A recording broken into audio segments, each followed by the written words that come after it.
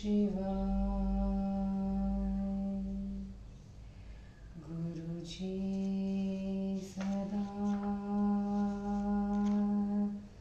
सहाय। जय गुरुजी। अथ श्री वामन पुराणं पंचस्त्रिंशोऽध्यायः। लोमहर्षण उवाच।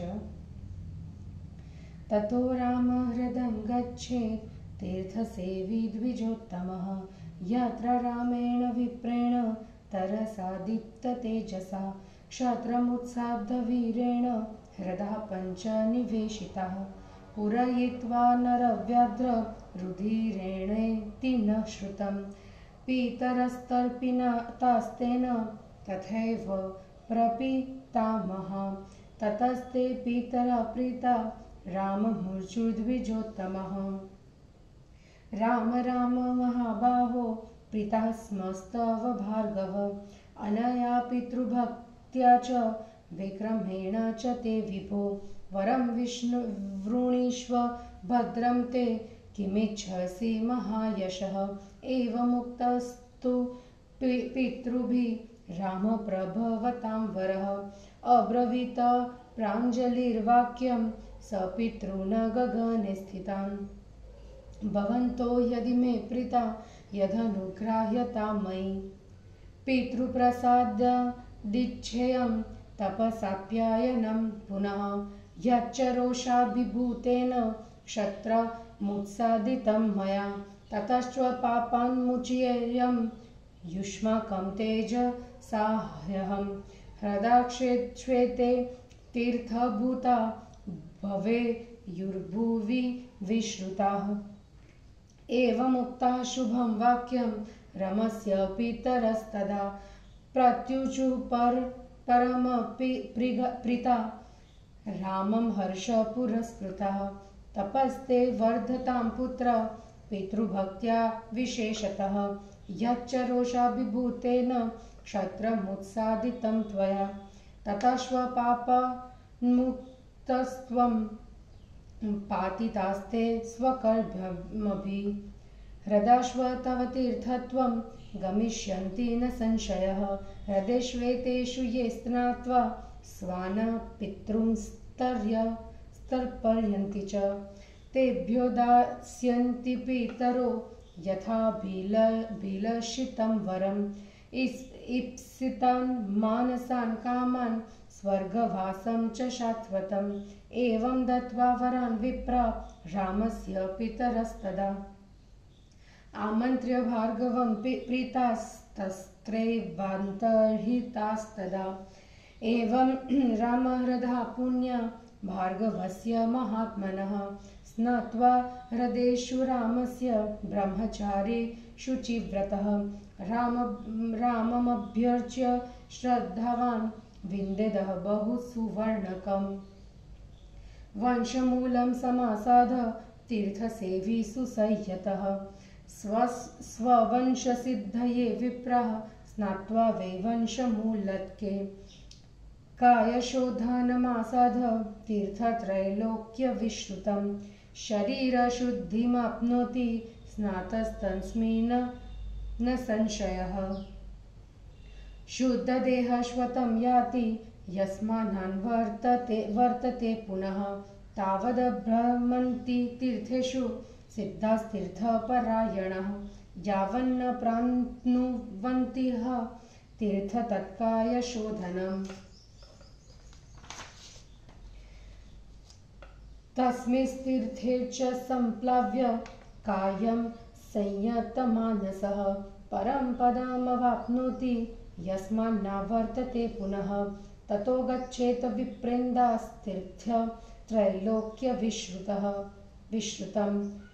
लोकायत्रोद्वताः सर्वे विष्णुना प्रभविष्णुना, लोकोद्धारं समासाद तीर्थस्मरणतत्परः, स्नात्वा तीर्थावरे तस्मिन् लोकान् पश्यति शाश्वतान्, यत्र विष्णुः स्थितो नित्यं शिवो देवः सनातनः, तो देवो प्रणिपातेन प्रसाद मुक्तिमाप्नुयात्। श्रीतीर्थ तु ततो गच्छेत् शालग्राममनुत्तमं तत्र स्नातस्य सन्निध्यं सदा देवी प्रयच्छति कपिलाह्रदमासाद्य तीर्थत्रैलोक्यविश्रुतं तत्र स्नात्वा च हित्वा च देवतानि पितॄंस्तथा कपिलानां सहस्रस्य फलं विन्दति मानवः तत्र स्थितं महादेवं कापिलं वपुरा स्थितं दृष्ट्वा मुक्तिमवाप्नोति ऋषिभिः पूजितं शिवं सूर्यतीर्थसमासाद स्नात्वा नियतमानसः अर्चयित्वा पितॄन् देवानुपवासपारायणः अग्निष्टोममवाप्नोति सूर्यलोकं च गच्छति सहस्रकिरणं देवं भानुं त्रैलोक्यविश्रुतं दृष्ट्वा मुक्तिमवाप्नोति नरो ज्ञानसमन्वितः भवानीवनमासाद्य तीर्थसेवी यथाक्रमं तत्राभिषेकं कुर्वाणो गोसहस्रफलं लभेत् पीतामहस्य पिबतो रमुतं पूर्वमेव हि उद्रारात् सुरभिर्जाता सा च पातालमाश्रिता तस्याः सुरभयो जाताः तनया लोकमातरः तभिस्तस्तफलकलं व्याप्तं पातालं सुनिरत्नतम्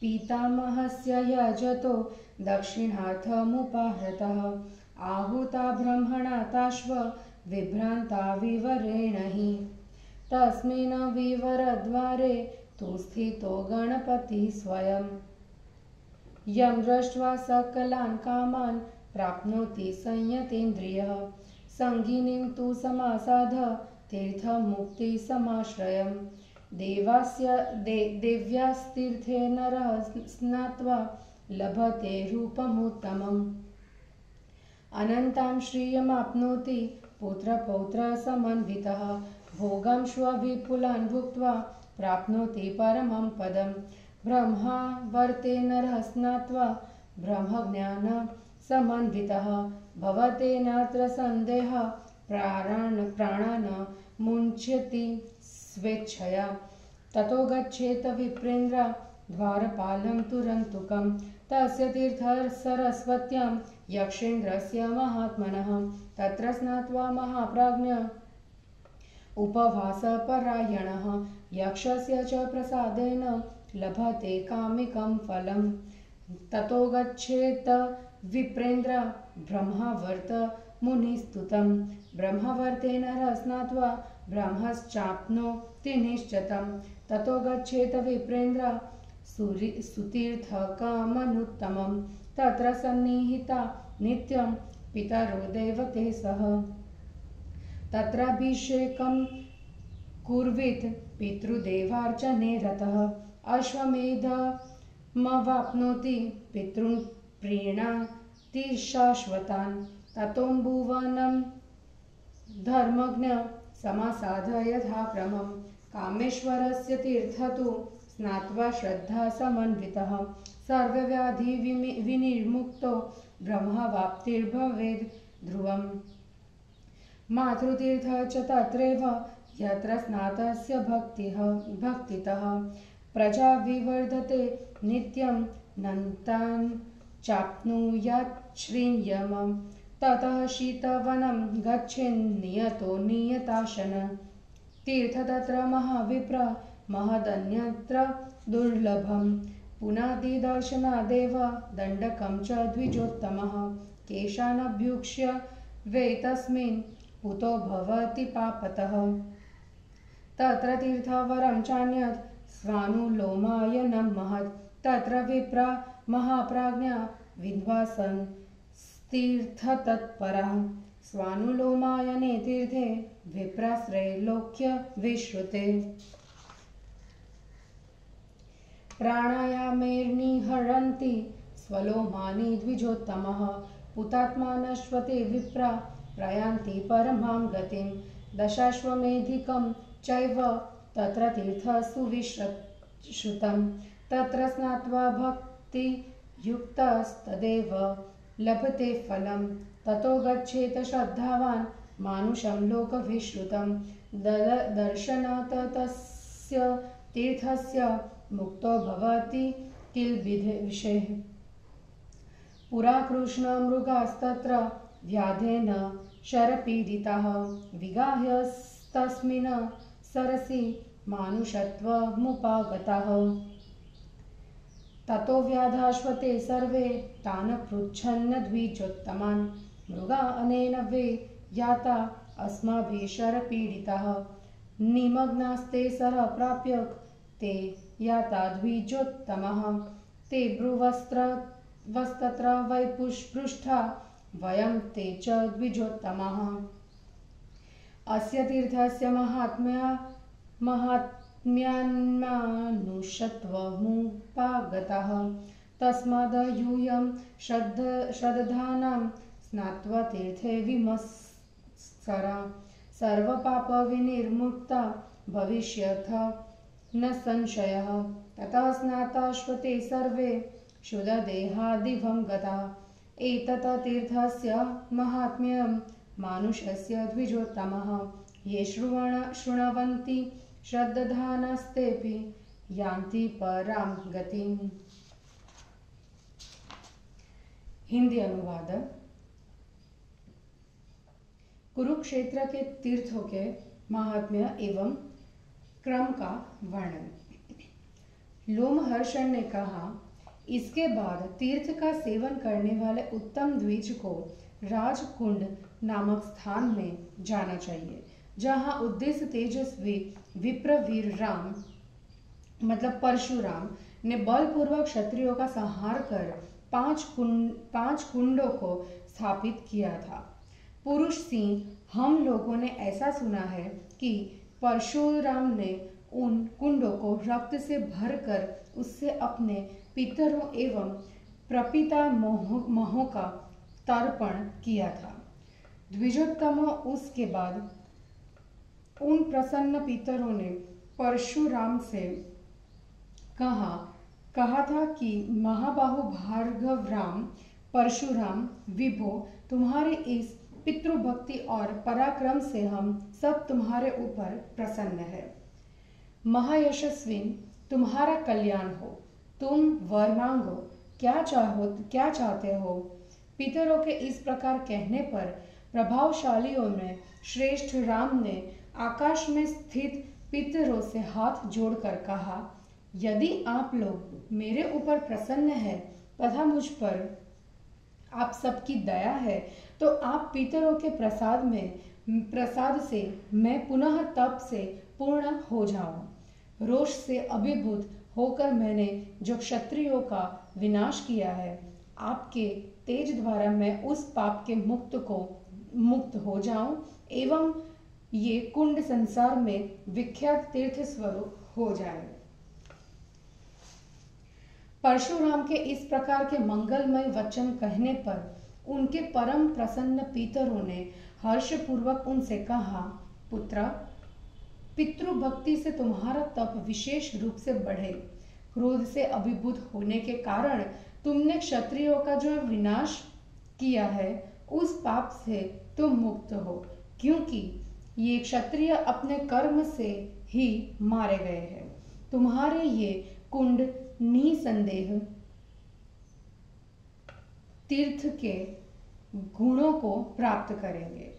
जो इन कुंडों में स्नान कर अपने पितरों का तर्पण करेंगे, उन्हें पितृगण मन की इच्छा के अनुसार वर देंगे, उनकी मनोभिलषित कामनाएं पूर्ण करेंगे एवं उन्हें स्वर्ग में शाश्वत निवास प्रदान करेंगे। विप्रो, इस प्रकार वर देकर परशुराम के पितर उनसे अनुमति लेकर प्रसन्नता पूर्वक वहीं अंतर्हित हो गए। इस प्रकार महात्मा परशुराम के ये रामहृद परम पवित्र है। श्रद्धालु पवित्र कर्म व्यक्ति ब्रह्मचर्य पूर्वक परशुराम जी के हृदों में स्नान करने के बाद परशुराम का अर्चन कर प्रचुर सुवर्ण प्राप्त करता है। ब्राह्मणों, तीर्थ सेवी जितेंद्रिय मनुष्य वंश मूलक नामक तीर्थ में जाकर उसमें स्नान करने से अपने वंश की सिद्धि प्राप्त करता है।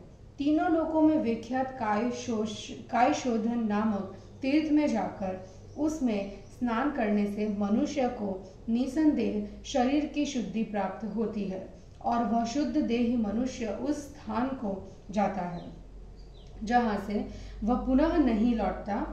तीर्थ परायण सिद्ध पुरुष तीर्थ में तब तक भ्रमण करते रहते हैं जब तक वे उस काय शोधन नामक तीर्थ में नहीं पहुंचते। मन को नियंत्रित करने वाला मनुष्य उस तीर्थ में शरीर को धोकर उस परम पद को प्राप्त करता है जहाँ से उसे पुनः परावर्तित नहीं होना पड़ता। विप्रवरों, उसके बाद तीनों लोकों में विख्यात लोकोद्वार नाम के तीर्थ में जाना चाहिए जहाँ सर्व समर्थ विष्णु ने समस्त लोकों का उद्धार किया था। तीर्थ का स्मरण करने में तत्पर मनुष्य लोकोद्धार नाम के तीर्थ में जाकर उसमें स्नान करने से शाश्वत लोकों का दर्शन प्राप्त करता है। वहाँ विष्णु एवं सनातन देव शिव ये दोनों ही स्थित है। उन दोनों देवों को प्रणाम द्वारा प्रसन्न कर फिर मुक्ति का फल प्राप्त करे। तदंतर अनुत्तम शालग्राम एवं श्री तीर्थ में जाना चाहिए। वहां स्नान करने वालों को भगवती अपने निकट निवास प्रदान करती है। फिर त्रैलोक्य प्रसिद्ध कपिला ह्रद नामक तीर्थ में जाकर उसमें स्नान करने के पश्चात देवता तथा पितरों की पूजा करने से मनुष्य को सहस्त्र कपिला गायों के दान का फल प्राप्त होता है। वहां पर स्थित ऋषियों से पूजित कापिल शरीरधारी महादेव शिव का दर्शन करने से मुक्ति की प्राप्ति होती है। स्थिर अंतःकरण वाला एवं उपवास परायण व्यक्ति सूर्य तीर्थ में जाकर स्नान करने के बाद पितरों का अर्चन करने से अग्निष्टोम यज्ञ का फल प्राप्त करता है एवं सूर्य लोक को जाता है। तीनों लोकों में विख्यात हजारों किरणों वाले सूर्य देव भगवान का दर्शन करने से मनुष्य ज्ञान से युक्त होकर मुक्ति को प्राप्त करता है। तीर्थ सेवन करने वाला मनुष्य क्रमानुसार भवानी वन में जाकर वहां अभिषेक करने से सहस्त्र गोदान का फल प्राप्त करता है। प्राचीन काल में अमृत पान करते हुए ब्रह्मा के उद्गार से मतलब डकार से सुरभि की उत्पत्ति हुई और वह पाताल लोक में चली गई। उस सुरभि से लोक माताएं उत्पन्न हुई। उनसे समस्त पाताल लोक व्याप्त हो गया। पितामह के यज्ञ करते समय दक्षिणा के लिए लाई गई एवं ब्रह्मा के द्वारा बुलाई ये गाय विवर के कारण भटकने लगी। उस विवर के द्वार पर स्वयं गणपति भगवान स्थित है। जितेंद्रिय मनुष्य उनका दर्शन करके समस्त कामनाओं को प्राप्त करता है। मुक्ति के आश्रय स्वरूप देवी के संगीनी तीर्थ में जाकर स्नान करने से मनुष्य को सुंदर रूप की प्राप्ति होती है तथा वह स्नान करता पुरुष पुत्र पौत्र संवित होकर अनंत ऐश्वर्य को प्राप्त करता है और विपुल भोगों का उपभोग कर परम पद को प्राप्त करता है। ब्रह्मावर्त नामक तीर्थ में स्नान करने से मनुष्य निसंदेह ब्रह्म ज्ञानी हो जाता है एवं वह निज इच्छा के अनुसार अपने प्राणों का परित्याग करता है। हे विप्रश्रेष्ठो, संगिनी तीर्थ के बाद द्वारपाल रंतुक के तीर्थ में जाए। उन महात्मा यक्षेंद्र का तीर्थ सरस्वती नदी में है।